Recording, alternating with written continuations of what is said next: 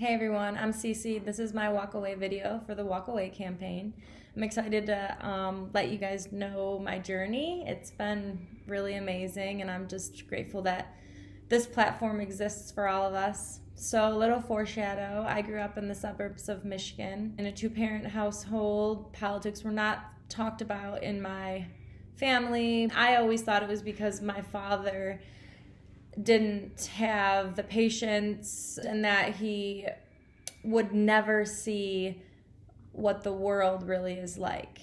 But we all know that that's clearly not the case now. I label myself a liberal because that's just what you do. That's just what I thought you did. Good people are liberals and Democrats, and then the other people who are stuck in their ways are Republicans and conservatives. But I wasn't political, so I really didn't even know what that was. I just slapped a label on myself. I never followed politics.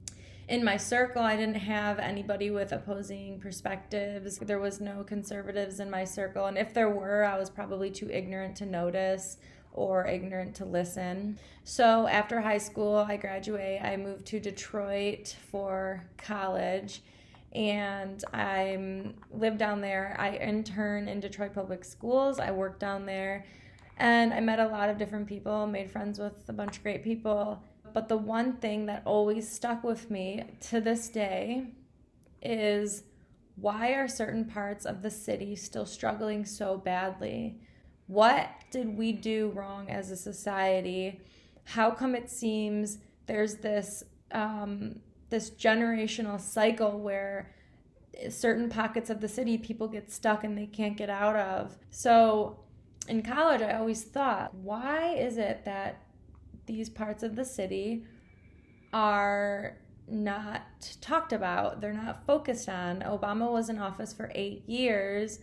Majority of Detroit voted for Obama, but yet he didn't even so much of bring it up in a headline to focus on inner cities like Detroit, Chicago, Baltimore. So after I graduate college, I move away for a couple of years, and I'm on social media one day. I didn't have a Twitter at the time, so somebody had reposted Kanye West's tweet on Instagram.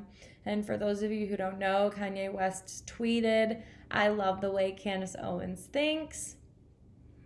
And underneath the post was really, really awful comments. The comments were, Kanye West is ill, he has a mental illness, he's a sellout, he has no idea what he's talking about. The comments seemed to just be accepted and normalized, and it didn't seem like anybody was really questioning, why are we bullying Kanye West for saying that he likes the way someone thinks? Isn't that more concerning? Wouldn't that be more of a red flag about where we're going as a society? If we're okay with telling people he has a mental illness, we're okay with people wanting to shut his voice off. Okay, Kanye West tweets that he likes the way Candace Owens thinks. And Candace Owens is a Black Trump supporter, okay? And I didn't know who Candace Owens was at the time, so I looked her up. The first video that I watched of hers was Black People Don't Have to Be Democrats. And for those of you who don't know, Candace Owens' message in the video is, listen guys, for 10, 20, 30 years, Black people have been told that they have to vote Democrat. It's just like this expected birthright. But the Democratic Party hasn't done anything for Black communities or inner cities in the last 10, 15, 20 years. Obama was in office for 8 years, and absolutely nothing was done for inner cities. Candace is saying we can have freedom of thought. Our minds don't have to be enslaved anymore. We can leave the Democratic plantation because the Democratic Party is taking our vote for granted.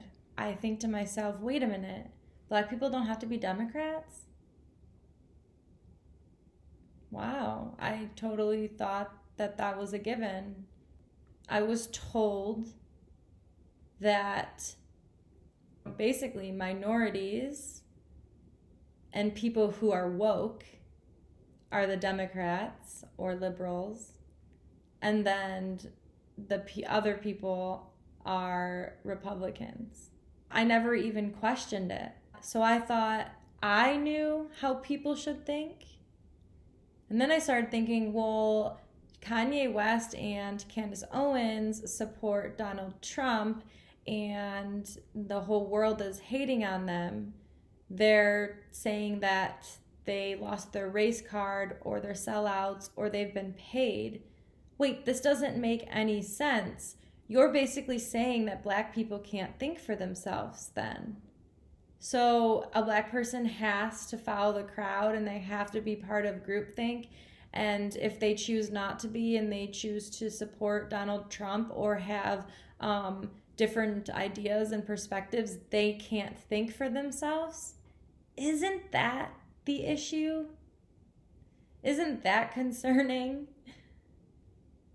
And shouldn't we be really concerned that people like Don Lemon can go on to national television and verbally abuse Kanye West, tell him that he has a mental illness and that one of his family members should come pick him up before he embarrasses himself in front of white people? So all of this stuff is spinning around in my head, and all of a sudden I just feel this weight just lift off of my shoulders, and I just started seeing reality through a completely different lens. It was a feeling that I can't ever explain to anybody. I've never felt it up until this point, and I've never felt it again in my life. Ever since that moment, my mind has felt so free. I think more logically, I think more critically. I'm actually seeing the many layers of reality and not just reality in black and white. So now that I'm seeing things more clearly and I start to go further and further down the rabbit hole, I have all these questions. One being,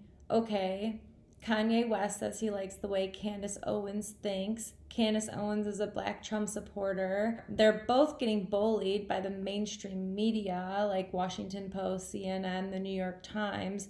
Why would the mainstream media bully Kanye West and Candace Owens for simply telling people that they can think freely and they don't have to vote Democrat? That's weird, right?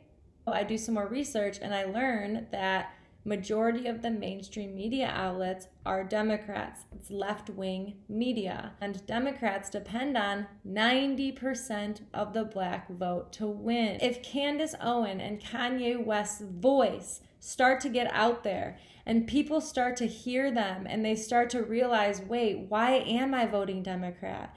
Democrats haven't done anything for us. They haven't done anything for inner cities. All they do is talk identity politics. So of course Kanye West and Candace Owens want to start telling people, hey, listen, you don't have to vote Democrat anymore. You can leave the Democratic plantation. But that message is a threat to Democrats because Democrats depend on 90% of the black vote. I'm almost done, I promise.